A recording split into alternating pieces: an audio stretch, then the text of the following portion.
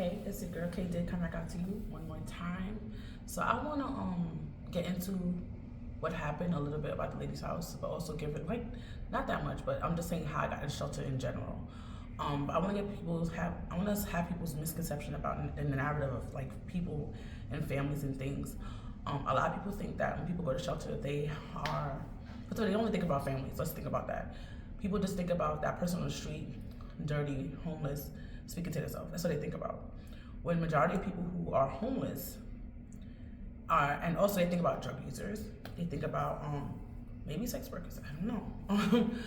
But a lot of people who are homeless are, especially in New York City, are families. Families with children under 18. That's the majority of people in New York City. I'm talking about the whole America, but I'm pretty sure that's probably the whole good about America, to be honest. People under 18 with families are the biggest population of people who are homeless. And last year alone, there's over 100,000 families in shelter. And they're not considered, like I told you before the last video, doubled up in somebody's home and couch surfing is considered homelessness. So can you imagine those numbers, how it doubles and triples from the 100,000 that we have and only shelter numbers and how much they count? Granted, you will say, oh, maybe because of all the migrants. No, before the migrants got here, we were still high in numbers of people in shelter and families in shelter. Not even just people, families in shelter. People don't think about the youth who are homeless and run away. When I say why they running away, people have domestic problems at home. That's one reason why people that things happen to. People have sexual assault at home. People don't think about that. Why kids running away? I'm like, most times people run. I'm like, when kids sometimes hurt their parents, I'm like, I'm not shocked. Because I don't blame the kid. I blame the parent. What have you been doing to this child? Most times kids love their children relentlessly.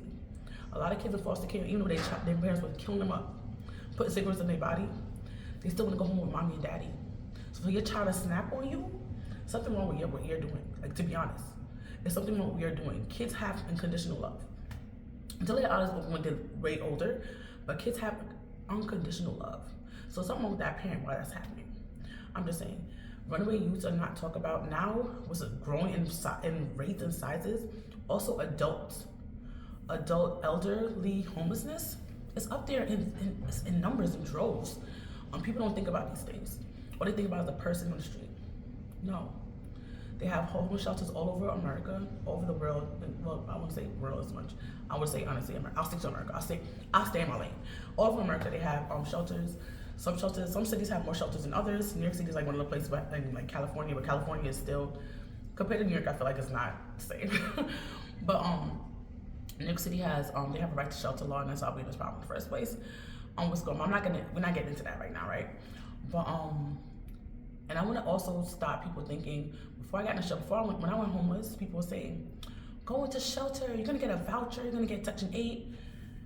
And I already knew that Section 8 was closed, but I still listened to them and not just using my brain that I knew. Because Section 8 has been closed for a minute in New York City before Rona. They have the EHV, which is the emergency voucher, but I went in shelter 2016. He was born 15. We stayed there for 11 months at the lady's house. So 2016, I went to the shelter. And I was homeless for a long time. Damn, bro. Dang. I'm moving in my apartment now from 2018. So I'm like, I was in and out for a minute. Like, dang. But when I really think about it, I'm like, wow, this is crazy. It's real crazy. Like, real crazy. And it's hard to get in a shelter. People think like, oh my gosh, you just go there and show up. No. The shelter process is a process. I feel like, to me, being a single person is easier because you need less, for some things you need less documentation or less proof of evidence of certain things before they accept you in. But you're going to stay there a certain amount of times. Family shelters, you can honestly stay for a long time. If you're in a DV shelter, if it's like in Destiny or whatever like that, you have a limited amount of time to stay there, 6 months. They could drag it out to a little bit longer. They give you not like a long process. What else? There's another shelter system. They have 5 different shelters. I'm gonna say 5 or 4 different shelter systems in New York City. Families with kids, family with adults. There's a difference. Youth, the ZYCD zone, DV, and singles. I feel like that's the ones. You could correct me, but I believe it's the 5. I should know this right. I forget in the 4 and 5 sometimes. So much between the acronyms and the numbers. I be People also don't think about that. Oh my God, people think that homeless people are lazy. Far from the truth. A lot of homeless people have jobs. Whether you live in the streets, they have jobs. You know, scholar students are homeless. Like, people don't understand this. A lot of people who are homeless are educated people with jobs. In New York City, I'm gonna do New York City because that's what I know, right? Not even New York State, New York City, because it's different. We different. Trust and believe. New York City have 48 or 49 again percentages of New York City shelters and families. I think it's the system in general. So I'll say 48 to 49% are city workers. City, that means they work with the city. They can get that little, but the problem is that people are not paying them enough, especially for New York City standards, not paying enough so they can't afford rent. A person who's in New York City, we have to be a hustler. That's why he said, if you can live here, you can live anywhere. You gotta be a hustler for New York City. You gotta be a hustler. And I know illegal, you have to have like 3-4 jobs. How about 7 or 8? Like, let's be honest. You have to have so much to work here, right? And to survive here, to have a good life and just do what you want to do and still go out with your friends and do these things and have fun and just live because who wants to live life just working all the time? We don't live life to have fun, to enjoy yourself, be with your family and friends and things like that. So a lot of people think that, oh my God, people in shelter are lazy. People in shelter are on drugs. Anybody having a bunch of kids, which granted, a certain percentage of that is true. People in shelter or homeless are on drugs, have mental problems, and people just have a lot of babies or just whatever. People also don't think about the biggest population of people in shelter are people with DV, domestic violence. Domestic violence is not only girlfriend and boyfriend. No, it's mother and father. Well, it'll be mother and child. It could be different things, If you live with somebody, and if it don't have to be somebody related to you, but if it's fighting, hitting, verbal, those kind of things, financial, that's considered domestic violence. You can go in the domestic violence system. So don't think about, oh my God, this person. No, homelessness could come in many different ways, many different avenues for homelessness. A person could have a flood. Y'all saw when Katrina came. A flood. Some states have not recovered after Hurricane Sandy and Katrina. Let's be honest. Some places in New York City, we had a hurricane a couple of years ago, and they still, I want to say 7 to 8, no, Kentucky's 8, so probably 8, 9 years ago. And some places in Far Rockaway still have not recovered yet. What does that tell you? It's a problem. A flood, a fire, all these things can make you homeless. Granted, when you have floods and fires, you can get documentations from the fire department or insurance, whatever, to help you get certain things that you need to get. But the point is that you can still become homeless. If you don't see a Bill Gates and you can afford to get a place right away, you're not getting that place. You have to go to a shelter or go to a friend's house. So I want people to know that a person can be homeless, but it's not because whatever you think. People have different stories. I do a podcast called Hear Our Voices, and you'd be surprised how much stories there is. I want to say it's Allie. She used to live in a NYCHA apartment, and the reason why she ended up homeless because her ceiling collapsed on her. Who thinks one night when you're sticking your child in the bed, a whole ceiling, she had to dig her child from the bottom of, the ceiling fell on her child mostly, more than her. She got to dig her child up, out of a ceiling collapsing on him. Who thinks about that? Because people don't think about those kind of instances of why people go homeless. But anyway, so I was living with the lady, and it was, I'm sorry, I just came on it. Probably thought it was a cut, like that was a cut, this is my brain, this is how it works. I don't think it was safe living there. It was some other mental stuff going on I didn't know about until I moved in. I didn't know the lady, I told y'all before in a different video. It was an instance with, Katania's on my bed. I was with Kiki, I was in my bed, like my room, whatever. And she was cleaning the hallway. And my daughter stroller, because when I first moved in, her daughter, because there's 3 of us living there, 3 adults and 1 baby, right? Her daughter, I should have known it wasn't gonna be a problem though, because the person who lived there before me literally moved out without telling her, and she's complaining about it. So I should have known it was a problem, but I wasn't taking, like, everything told me not to do it, but I didn't want to be inconvenienced to the person I was living with. So I just like, I'm gonna take anything I can get, and hopefully I don't have to live here long, and I can move out when I want. But that didn't happen, right? At the time I was working at Forever 21 still, and then I ended up start working at the school that I was working at the time. Honestly, if you Google it, you can find the school I was working at, like, because a reporter quoted me on what I said. So make sure when you're doing reports, guys, reporters, it's not a big deal where I worked.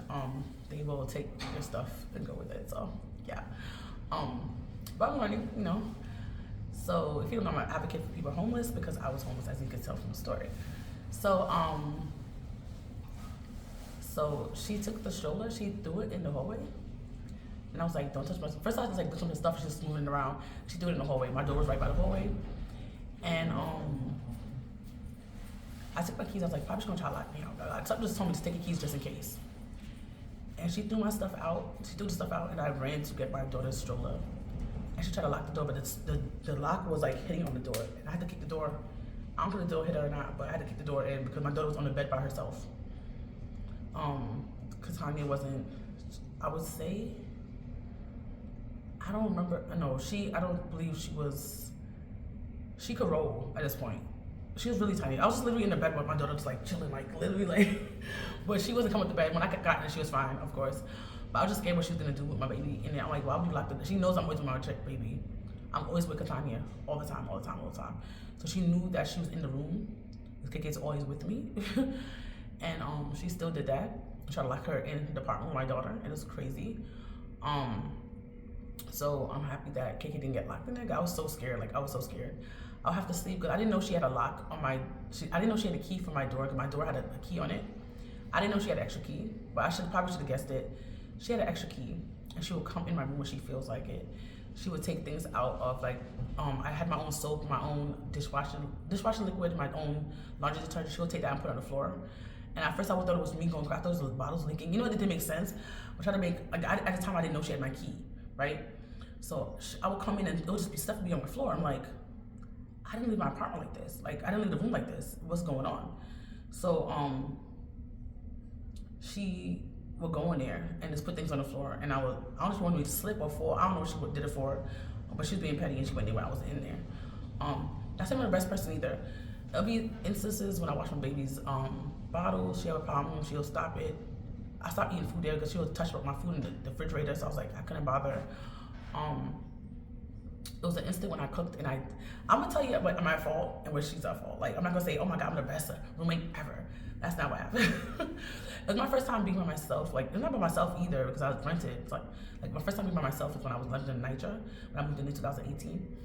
But one time I made up a plate. I didn't know you're not supposed to take metal. I feel like I do it now.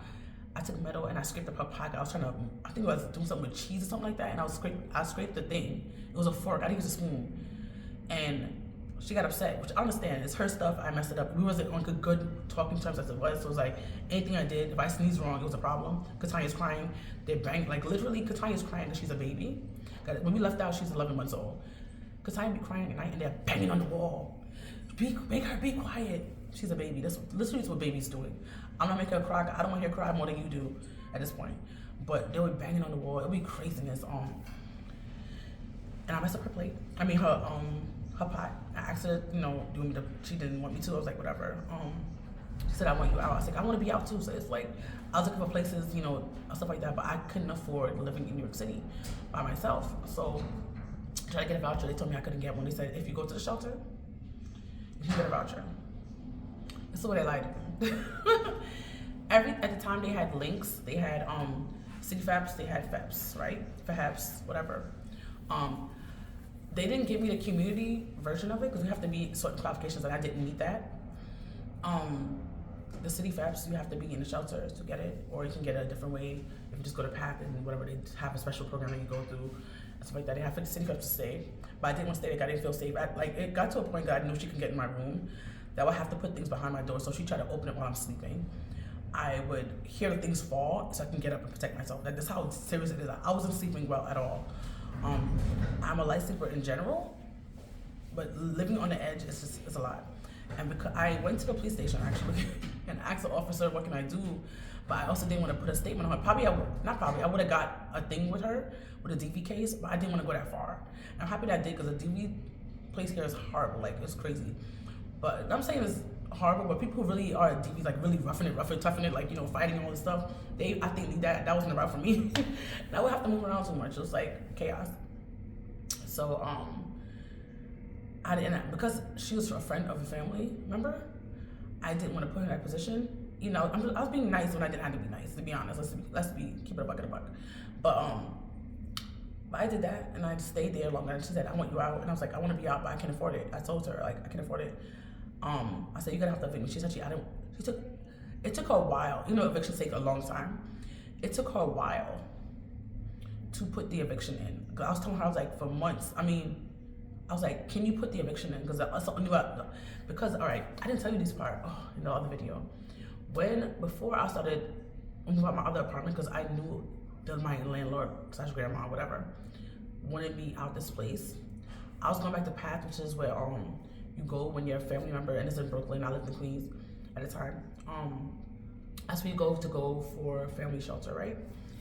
So, but they have also private shelters, but that's the one with DHS, right? Department of, oh my God, DH, Homeless Services. Sorry, it's too much acronyms, so my brain is just like, what? That's what kind of and they have DSS and all these other services and whatever. And I went to Path and they told me I couldn't get in. I have to get a letter from my landlord, and she wasn't gonna write a letter. She was not gonna. At this point, I was pregnant and I didn't want to stay in the shelter. I didn't want to stay in the shelter, but also I didn't want to stress myself out by asking for a letter because she was not giving me a letter. You know, she wanted me out. She didn't want to give me a letter.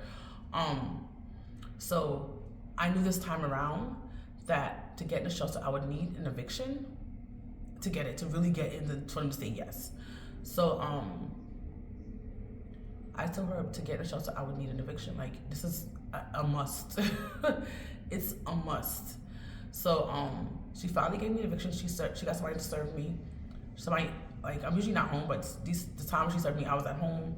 And I was like, she said, oh, you just, she said my name. I was like, yeah, and they said you have to go to the court. And I was like, all right, no problem. I went to the court. At the time, I always pay my rent on time. And I'll make sure when you pay your rent too, make sure you get a receipt if you're paying in cash, or do it in the morning, order a check. So you can have a trace for it.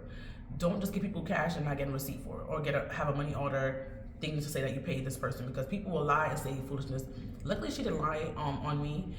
At the time, I did also, because I was on the thing. A lot of incidents happened. Like, I wanted to tell the water incident, but I'll probably tell it another time. So, what else happened? So, okay, I was in the mail. She would give me. I got a lot of mail, so she would try to stop giving my mail. I'm like, I'm supposed to get my mail every day. She'll stop giving it to me, but my mail was overrunning her mailbox. So after a week and a half, she'll have to give me a bulk of my mail. Hopefully, I got everything. It's late now, so she'll have to give me a bulk of my mail at one time instead of, because, like, she said, oh, it's too much. I'm like, oh, you should have been giving it to me every day, like you're supposed to. And I'm supposed to keep my mail hostage in your thing. So, I think it was $285. I believe I had a shelter allowance from the HRA, and I had a part that I had to pay the rest of it, of the balance of the room that I was renting. And I will have Chase, so I had Chase send her a check every month. And she said, I don't want to take this. We're going to court. I'm like, we're going to court. You can still take it.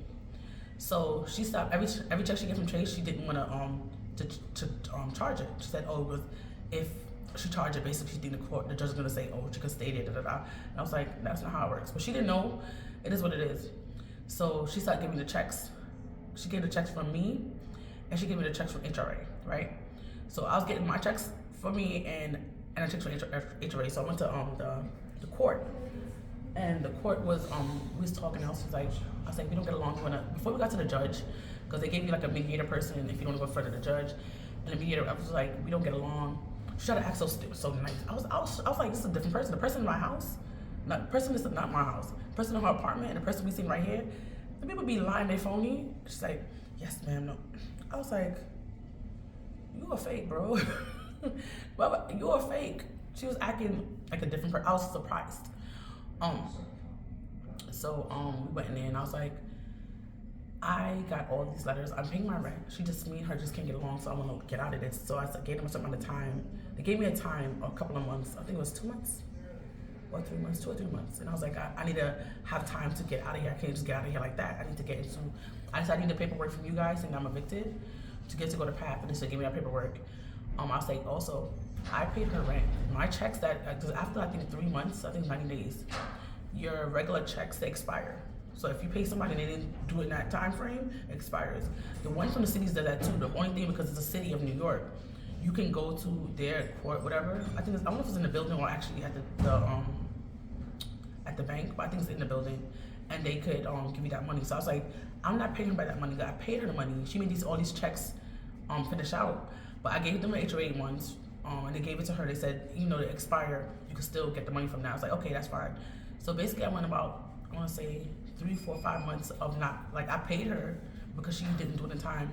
They expired, and I have to pay her that. Because of that, that's the problem though. They didn't tell me, they didn't explain to me when I went for city feps and these things, that for me to get these things, I have to owe my landlord rent. And because I didn't owe her rent, I didn't qualify.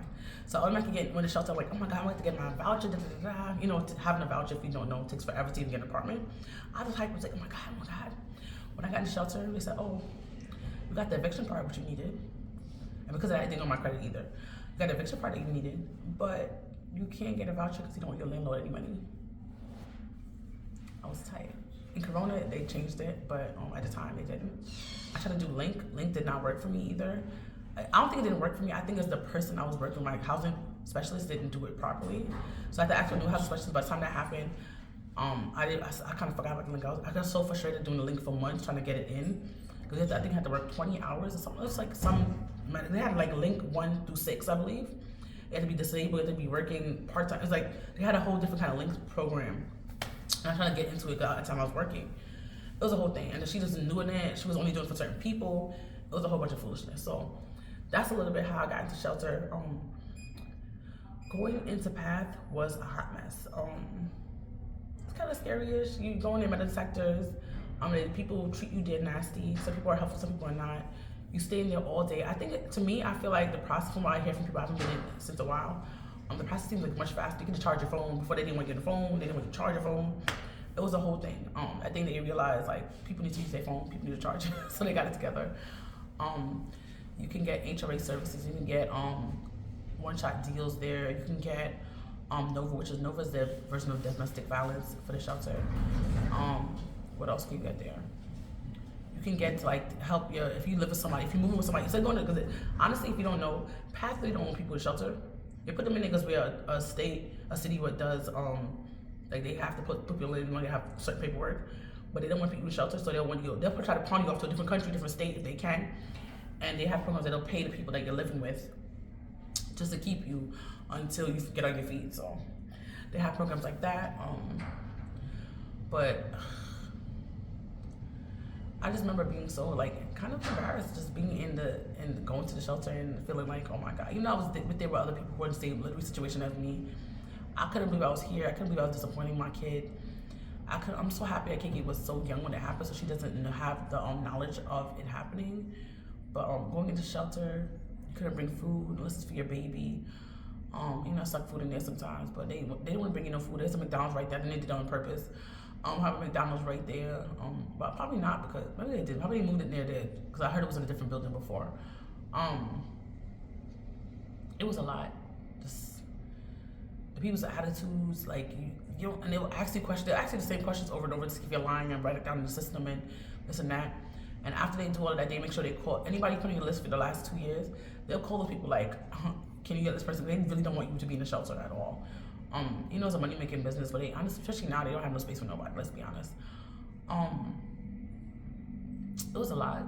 It was sad. It was depressing. It was just waiting on your number to be called. It took all day, and if you leave the building and come back in, they only give you 3 chances for them to call your name, and then, like, it was hell. Going out, like, you literally get there from, like, 10, 11. That's why I say people get there at, like, 5, 6 in the morning. You get there at 10, 11. You stay there till, like, 11, 12 at night. They give you a Metro card, they'll give you a bus ticket, and the bus, after they give you the what shelter you're going to, the bus, unless you take a Metro card, the bus that they have there will take forever to come pick you up and drop you off. So you go into the shelter at night, and it's just like your kids need to shower, bathe, eat, and it's a whole, and the food they give you is worse than lunch food. Like, sandwiches are nasty, but that's a little bit of how the shelter is and the misconceptions about people who are homeless and things like that in New York City or just in the world in general. Well, not the world, I should say America. And I hope this is helpful for anybody who is going through this situation. If you have any questions, concerns, you can write it down below. Also, you can just follow me on social media and I will give you those things. So, also put down below, do they have yellow hearts? I feel like they do. Yellow hearts and a dancing emoji if you got this far in the video. Thank you guys so much for being amazing. And we're doing a giveaway actually for my job. $150 gift card, a Visa gift card. You can use it anywhere. And all you gotta do is go in the Hear Our Voices link down below. Hopefully I put it there, and you can check that out. So that'll be it for now. Thank you for being amazing, and we're blessed and highly favored.